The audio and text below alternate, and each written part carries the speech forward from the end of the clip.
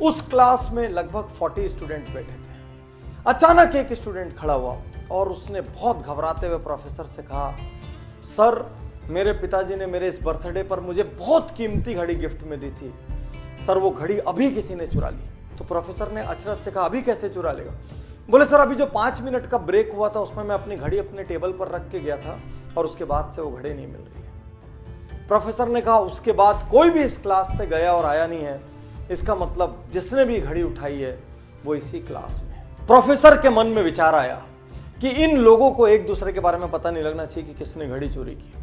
और प्रोफेसर ने कहा, सब लोग अपनी अपनी आंख में काली पट्टी बांध लो। और सब ने काली पट्टियां बांध ली, लाइन से खड़े हो गए। प्रोफेसर ने एक एक करके सबको यूं हाथ लगाना शुरू किया और उस लड़के की जेब में घड़ी मिल गई। प्रोफेसर ने चुपचाप घड़ी निकाली, घड़ी निकाल के जो मालिक था मुस्कुराते हुए उसके हाथ में दे दी और क्लास नॉर्मल चलने लगी, किसी को नहीं पता चला।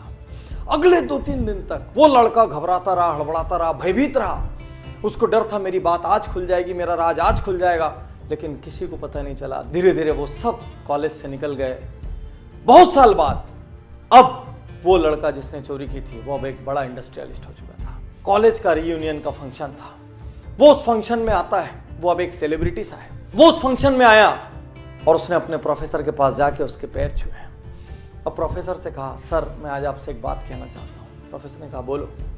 उसने कहा, सर मेरे जीवन पे आपका बहुत बड़ा कर्ज है, यदि आज मैं जिंदा हूं तो आपके कारण हूं। प्रोफेसर ने बोला, ऐसा क्यों? उसने कहा, सर आपको याद नहीं होगा, एक बार आपकी क्लास में एक घड़ी चोरी हुई थी और आपने सबकी जेब चेक की थी और मेरी जेब से वो घड़ी मिली थी, लेकिन सर आपने उस दिन वो बात किसी से नहीं की। मैंने निर्णय लिया था यदि उस दिन ये बात सबको पता लगी तो मैं सुसाइड कर लूँगा। सर आपने मुझे माफ़ कर दिया, उस दिन आपने मेरी इज्जत रख ली, उस दिन आपने मेरी सेल्फ रिस्पेक्ट रख ली।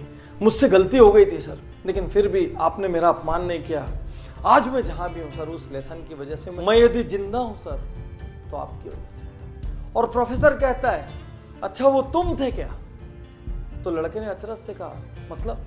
बोले, उस दिन मैंने तुम सबकी आंखें तो बंद कराई थी, लेकिन साथ साथ मैंने अपनी आंखों में भी पट्टी लगा ली थी ताकि मुझे भी नहीं पता चले मेरे कौन से स्टूडेंट ने काम किया है। मैं नहीं चाहता था मेरे अपने किसी स्टूडेंट की वैल्यू मेरी नज़रों में हल्की हो या मैं किसी के साथ दुर्व्यवहार करूं। ये सुनते ही वो लड़का जो अब एक नामी इंडस्ट्रियलिस्ट था, उसकी आंखों में आंसू आ गए और वो प्रोफेसर के गले लग के 2 मिनट तक रोता रहा। यही तो अद्भुत महानता है, किसी की गलती पता चलते हुए भी माफ कर देना, किसी को इग्नोर कर देना, उसको उसकी सेल्फ रिस्पेक्ट बचाने का मौका दे देना, पता होते हुए भी कि ये कल्प्रिट है, उस वक्त जाने देना ताकि उसको सुधरने का अवसर मिल सके, अपना चेहरा ऊंचा करके चलने का अवसर मिल सके। आज के इस युग में जहां हर व्यक्ति किसी न किसी की गलती ढूंढ रहा है, परिवार में माँ बाप की गलती, भाई की गलती, जीवन साथी की गलती, ऑफिस में बॉस की गलती, कलीग्स की गलती, कुछ और नहीं हुआ तो देश की गलती, समाज की गलती, राजनीति की गलती, सरकार की गलती, सबकी गलती ढूंढ रहे हैं। ऐसे में क्या हमको ऐसे लोग नहीं चाहिए जो एक दूसरे को माफ कर सके? माफ करना और माफी मांगना ये कायर नहीं कर सकते, ये शक्तिशाली लोगों का काम है। साथियों, इस कहानी ने मुझे इतना इंस्पायर किया।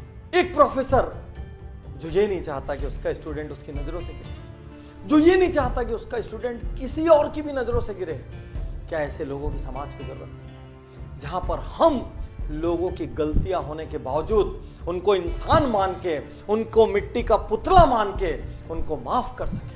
हमारे भाई से गलती हुई, हमारे पार्टनर से गलती हुई, हमारे जीवन साथी से गलती हुई, हमारे किसी और फैमिली मेंबर से गलती हुई, रिलेटिव से गलती हुई, कलीग से गलती हुई, मोहल्ले में, कॉलोनी में, स्ट्रीट में रहने वाले किसी से गलती हुई, समाज के किसी अंग से गलती हुई, 1-2 बार माफ कर दो, जाने दो ना उनको उनकी सेल्फ रिस्पेक्ट के साथ। गलतियां ढूंढना महानता नहीं है, गलतियों को इग्नोर करना और सामने वाले को अपना सम्मान बचाने का मौका देना महानता है। यदि आप भी हर दिन ये गलती करते हैं, अपने आसपास के लोगों का दोष ढूंढते हैं,